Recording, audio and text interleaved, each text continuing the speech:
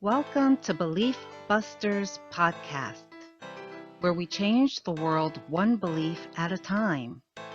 I'm your host, Reverend Cherie Taylor Jones, and I'm really glad that you could join us on the journey today. So today we have Desiree Clay, and she is a transformational coach with the constant goal of helping women master their mindset in order to have a sustainably thriving life. Yes. Her mission is to help you make every facet of your transformation happen and believes your personal transformation can happen. Mm-hmm. Des is committed to this work because, and I quote, there are just too many broken little girls living inside the fully grown bodies of women who are perpetuating brokenness in Yes. every area of their unfulfilling lives. And these disordered and completely unnecessary dysfunctional cycles simply have to stop. End quote. Exclamation point, exclamation point, exclamation point. She is here Mm-hmm. to help you control, channel, nurture, and transform into your personal success and into a real future filled with real opportunities. You can tell why I am so excited to have Des on the show. Welcome, Des. Thank you so much, Sheree, for having me. I'm excited. I am equally excited. Good, good, good. So I invited Des to talk about the emotional myths that women are indoctrinated into, and they believe then that they have to continue these cycles, and even into getting older. So Yeah. I guess my first question to you, Des, is going to be, well, what emotional myths did you learn growing up? Oh my God, there were so many. So I'll just name a few. Okay. One of them was that, I have to be a superwoman and I Mm, have to be all things to everyone at all times. That was one of them. Another one that I was kind of grew up believing and thinking was um, I wasn't enough just as myself. yes. Right. So you're not enough. And then the last one that I would have to really, really focus on is that one of the things I heard growing up was, "Oh, you're so pretty for a dark skinned girl." Oh, yeah. So Yeah. I'll stop there because I could go on and on. But those were some of the ones that I constantly remember, and I had to undo. Yes. Yeah. Yeah. Mine was, you're so pretty if you would just lose some weight. Oh, Mm-hmm. Yeah. okay. So, yeah, we all have our, but I Yes, can, all these conditions. yes, but I can definitely relate to you when you talk about that belief of being all things to everyone. And it was all about what you did, not Yeah, about who you were, not about your soul, not about the light that is within you, but it's absolutely. how do you add to me? Mm-hmm. Yeah. Period. There's this other amazing quote that I have to just share with the audience. Okay. Des says this: fear is a fire that can burn through Mm-hmm. our lives, destroying everyone and everything in its random, careless path.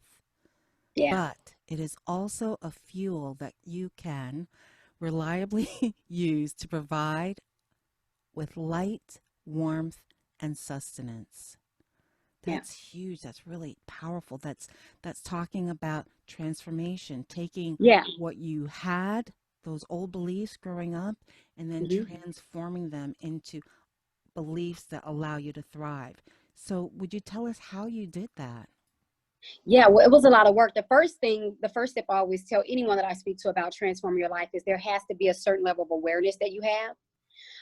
And so that's always key, and really fully understanding what that means for you, because some people like to say, "Oh, I already know I do that," or "I already know that," and that's just really on a real base level, and it's Mm, because of what you've been taught and what you know or think to be true about yourself. So after you've made an assessment of and after I made an assessment about where I was and who I was, I started to determine, like, that's not me.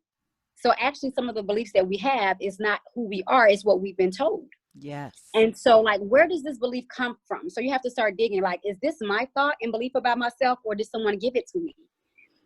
Yes. Oftentimes we become and do the things that people have given to us. You know, in my bio, I talk about, or I think in my bio, I make mention of, you know, me growing up and not really becoming who I wanted to be because I didn't really know. And though my family meant well, they led and guided me in a certain direction, but I did everything they wanted me to do. Right. So everything that I achieved up until a certain point was based upon what they wanted me to do. So it works the same way with our belief systems. Who are you? Oh, well, you're smart, right? Yes. You're pretty, or you're not smart, or you're dumb. All of those beliefs, where did they come from? Whose thoughts are you believing? That's Right? the power there. Yeah. And so then you start to find evidence that support the belief, right? So if you think about this analogy, I like to use it all the time, a table, right? You have a table with 4 legs. So if you look at the table, that's your belief. You have a belief system. I'm going to go with, you know, I am not enough. So that's the belief that we'll work through today. And then you have 4 legs. So that will be considered your evidence, right? So as you start to break down, you know, where these beliefs come from and the evidence, you'll find that most of the time it's in direct opposition to what you've been believing the whole time anyway. Yes. Right? So then you replace those beliefs to create a whole new table. If you said I'm not enough and you try to look for evidence, some of your evidence may come up like, this is what my mom told me, right? Yep. Or I failed at whatever it is that I set out to accomplish.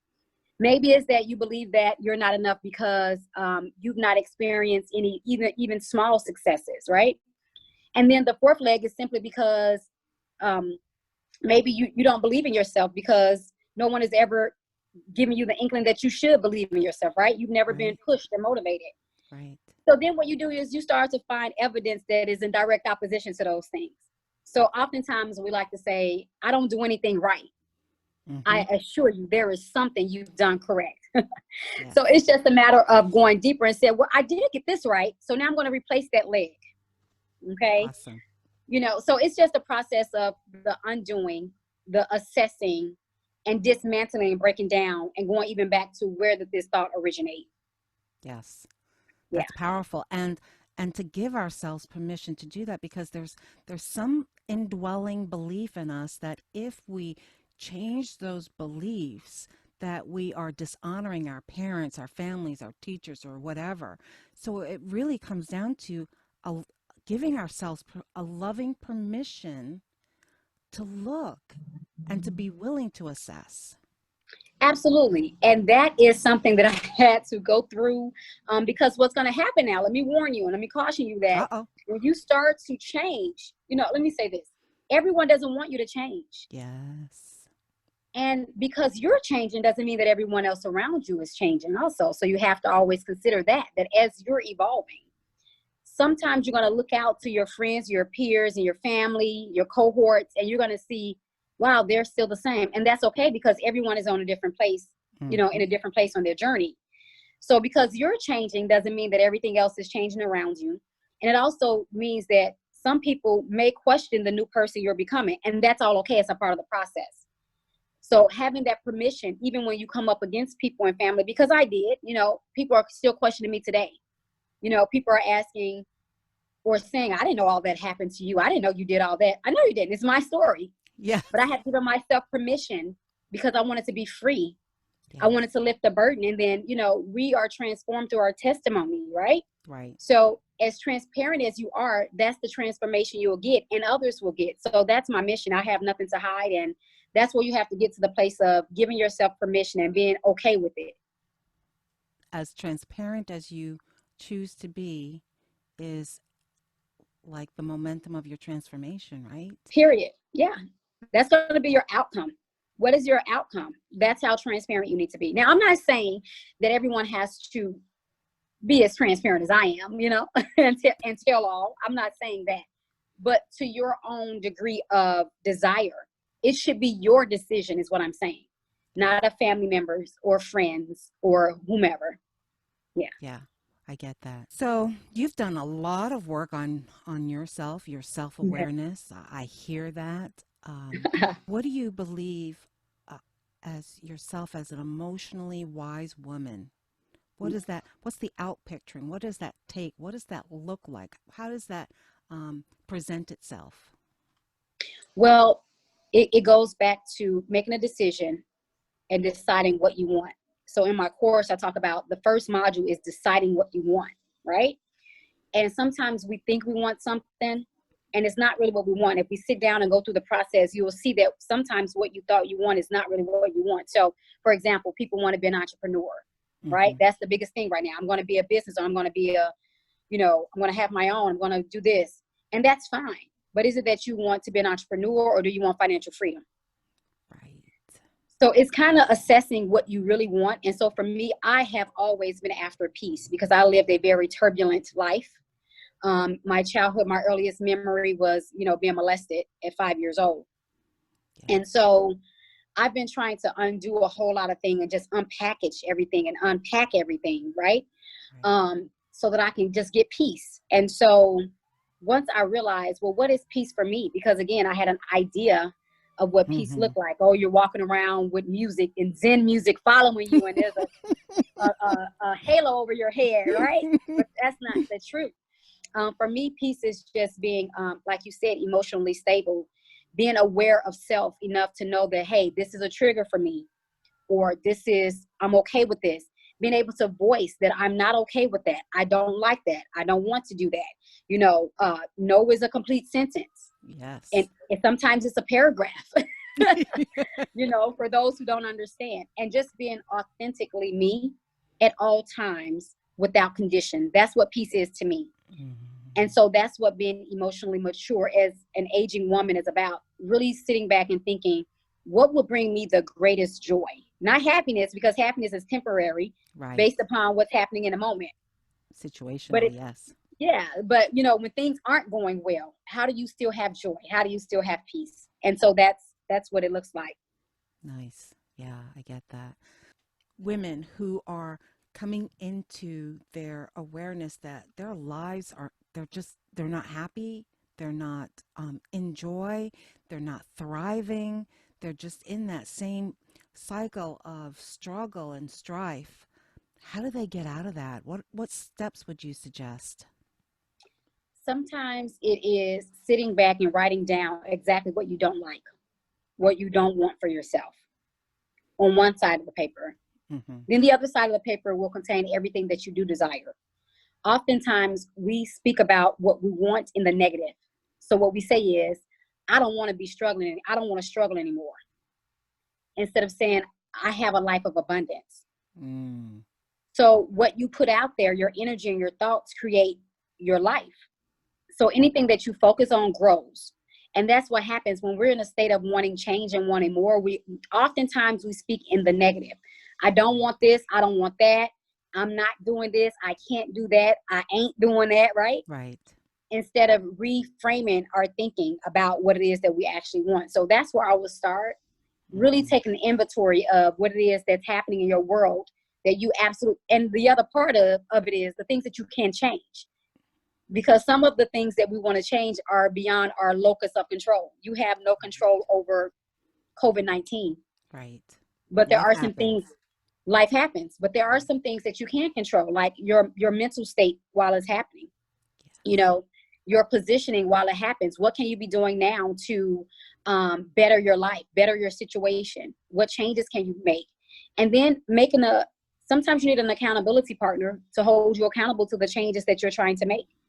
Right. You have to sometimes see outside of yourself and give people permission to correct you. Okay. Because sometimes, like when we're for example, you have workout buddies. And as soon as you miss a day and your workout partner tells you, hey, you didn't show up, you're getting mad. But that's what an accountability partner is for, Yes. right? To hold Yes. you accountable. So giving someone permission to tell you in love, because anything that's told in love should be heard, There you that, go. hey, you're a little off track from your journey. Those are simple things you can do. And then look for other resources. A coach, for example. Some stuff sometimes it's counseling, Yep. because a counselor is different from a coach. And sometimes we need to go way back to undo some doing so that we can move forward. Right. So those are just some of the things that I suggest you can start doing Yeah. independently of anyone else. No, I hear you. I think Yeah. it really is dependent on our level of indoctrination, from Yeah. our families on how um, intense those rules and regs and beliefs were. I mean, Yeah. for me, I had to start with therapy. I had to Absolutely. find someone to do that deep work to allow myself to even name things. Yeah. I couldn't even name them. So, Yeah. so that was how I started my journey, definitely with a trained therapist. And, as we grow, what we find, the more that we say, yes, this is what I want. Yes, this is um, my new way of being in the world. Doors keep opening. They People do. come in. And Uh-huh. all of a sudden you're just attracting all these Yeah. wonderful things and people in your life for the next step, Yeah. for your For the next next step. evolution. Yep. And it's a constant change is constant. So even who you are today, you will not be that person tomorrow. Change is happening whether you're ready for it or not, and whether you want it to happen or not. So you might as well make a conscious choice to change in the direction that you want to change in as much as you can. I'm going to say, preach it, sister. Absolutely. Absolutely. Um, all right. So, is there anything else that you want to say before I do your who are you and how can people get in touch with you? Did we miss out on anything? No, I think we covered everything unless you have any further questions for me. Nope, I'm good. Tell us who you are, how to get you. Oh my gosh. Well, I'm Desiree Clay. I'm the Des in Des 360. You can locate me on all social media platforms. Very simple, Des 360. So DEZTHREE 60. Everything is spelled out, made it really simple for you. Of course, if you're trying to spell my name, then that isn't so simple. It's one I, then three E's. Desiree Clay.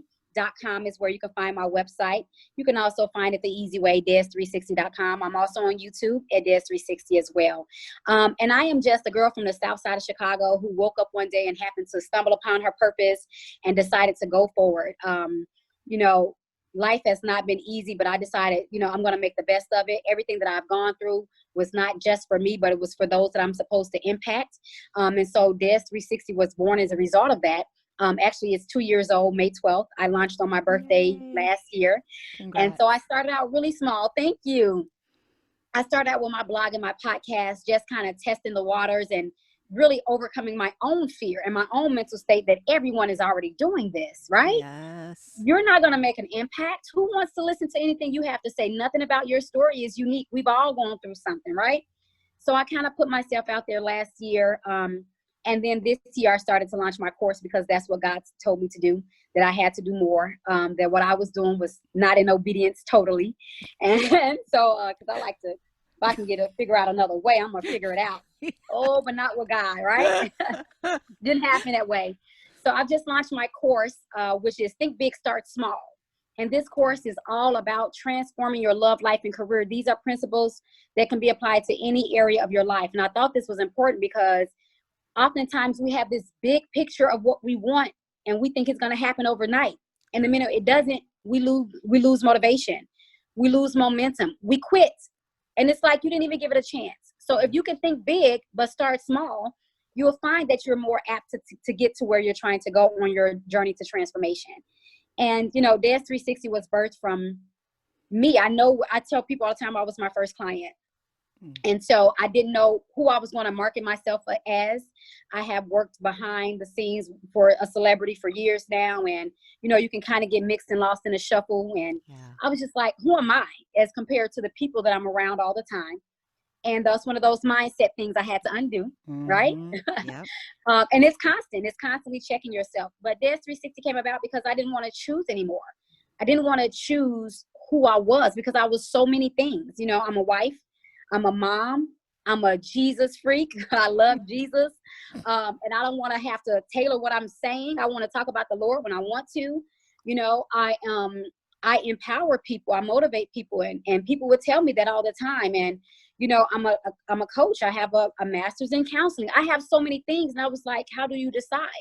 Right. And then God gave me permission to be me holistically. And so 360 represents a whole circle, a full circle. I don't have to choose. At any moment, you may get the mom in me, you may get the wife in me, you may get your coach. But either way, I'm going to show up authentically as myself each time. And so that's what Des 360 is. Oh, that's amazing. Great story. I love it. Thank you. Yeah. I appreciate you being here, your willingness to say yes to this and just Yeah. trust that we would get on like a house on fire, which we have. So that's been Oh, yeah. really, Yes, that's been nice. So for Yeah. listeners, I really thank you for being here, and the the topic that we're choosing about our belief system is so vital for us to have transformed lives. And it's Yes. not just for the individual. We get to break the cycle with our Yes. families. We get to Yes. break the cycle with our kids. Yes. Can you imagine that? Just being able to question what you believe, and you get to Yes. change all of that. Yep. So, thank you for joining us and being here, Thank and you. we'll talk to you soon. Bye. Thank you. Bye.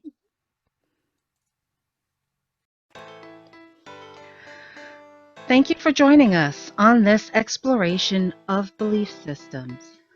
I hope this gives you permission to change your beliefs and subsequently the world. Make sure you subscribe to this podcast and leave a review wherever you listen. You can reach me at preachitsister.com, where you'll find more resources on this subject. You can book me for a private coaching session to assess your own beliefs. You could even become a guest on this podcast. Or, if you want more info on my book, Turning Your Why into Why Not, you can find it there as well. See you on the flip side.